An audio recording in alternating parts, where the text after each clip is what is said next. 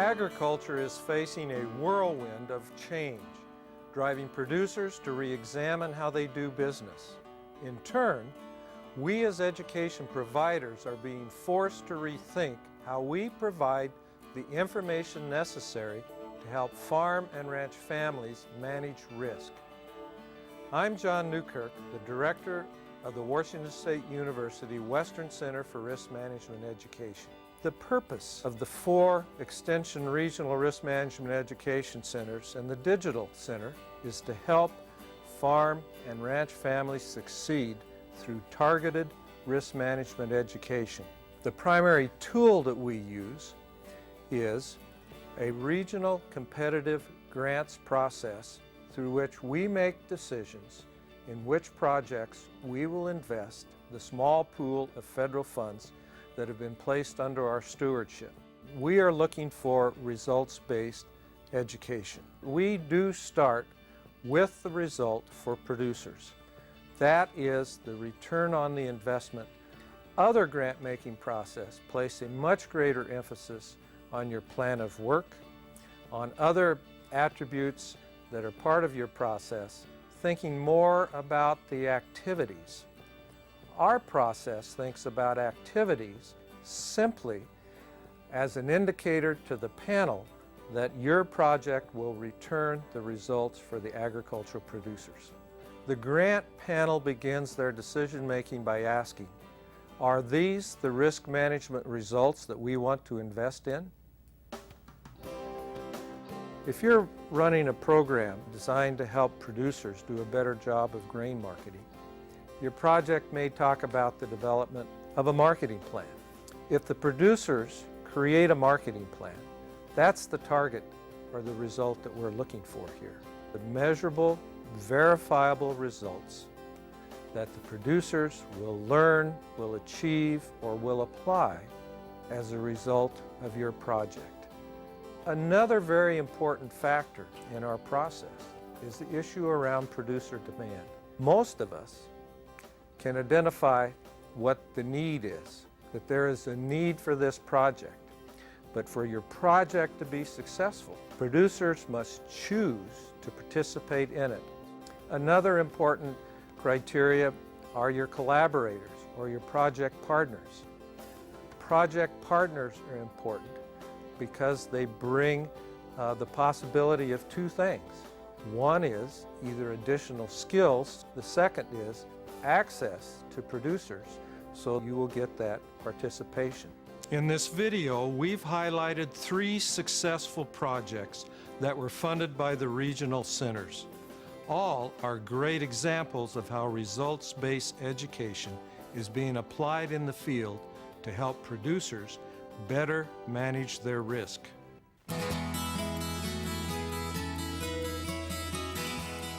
When I first started working with the New Mexico Organic Commodity Commission, our educational activities were basically measured by, if you pull the thing off, then that's great, you put a little check mark by it, done, we did our job, and everybody felt very good that we had accomplished our goal.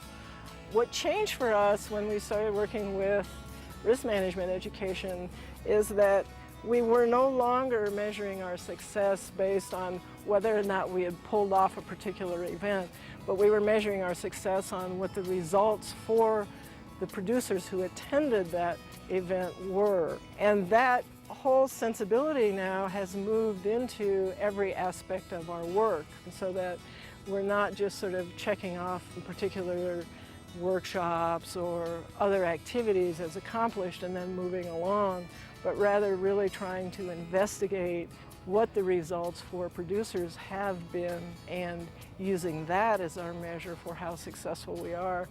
And it also has been a really educational part for us, because instead of just walking away and saying, oh, okay, we accomplished that, and then you sort of turn yourself off from information, when you get back to producers after 3 or 4 months and ask them, how are things going? What did you really take away from this workshop that you are using?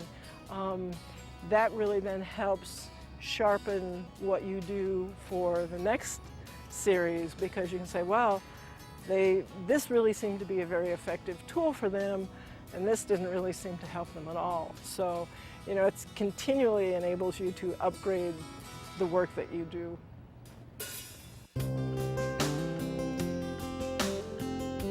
We do ask producers at the workshops to try to make some kind of commitment. We feel that that really helps to sort of clarify in your mind what you have taken away from a workshop, to sort of put it in the form of a commitment or a plan that you are going to carry out. It might be very simple, just a commitment to investigate a particular market. We have the producers actually write it down on the evaluation that they plan to certify organic within a year or whatever.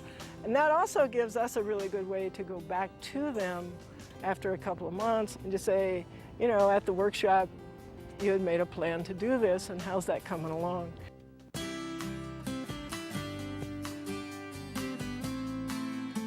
The collaborations are really important for us. One aspect of it is that a lot of what we are doing with workshops can be very technical, and we want to make sure that we combine, when we have to bring in somebody who is going to be very technical, we want to also bring in somebody who's doing the same kind of thing on a practical level, so that the producers aren't sitting there thinking, well, that's great, that's book learning, but how does it really apply to what I'm doing? What I'm finding now is that through collaborations, we're really able to sort of extend the reach of the results for the producers. Everything that we do out here, I have learned out of workshops and from recommendations for reading and whatnot that have come out of workshops. When we started farming organically, I knew absolutely nothing. I didn't even know who to call. The biggest problem that we were having with our vegetable production was finding some place to sell it. A lot of our vegetables have ended up going on the compost pile. By going to community-supported agriculture, we're now distributing almost everything we grow. We've totally gotten rid of waste. The ideas didn't stay in the workshop. They're being put to work right out here in the field for me now. As a result of this project, 47 producers researched and identified a new market, along with the risks associated with diversification. 4 completed the steps necessary to apply for organic certification. 14 implemented improved